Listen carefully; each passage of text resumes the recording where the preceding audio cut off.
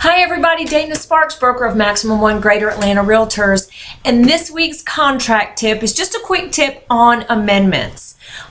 Just so you know, or to remind you, when you have an exhibit that goes with the contract prior to the contract being binding, the exhibits are lettered with letters of the alphabet, A, B, C, D, E, and so forth. After you have a binding contract, then you are going to start using amendments. And the amendments are numbered 1, 2, 3, 4, 5, and so forth. They're numbered numerically.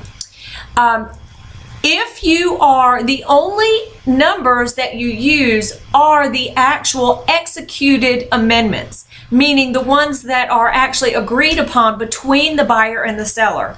So if one of the parties, for example, the buyer, initiates an amendment to the seller, but those terms are never agreed upon between the parties, then the next amendment will have that same number.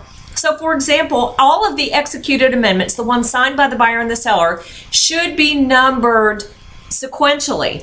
So if, let's say you have amendment 1 is amendment to address concerns with the property. Then let's say there is another amendment that the buyer wants the seller to address. So the buyer's agent would initiate that amendment with amendment number 2.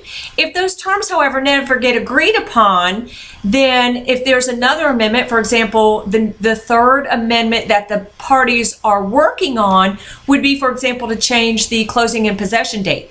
Even though that would be the third issue after binding that the parties are working on, since the second set of issues never got agreed upon, this third issue would be amendment number 2 if it's agreed upon between the buyer and the seller. This is really important because a lender, if you skip a number in the amendments, the lender is going to want to see that missing amendment.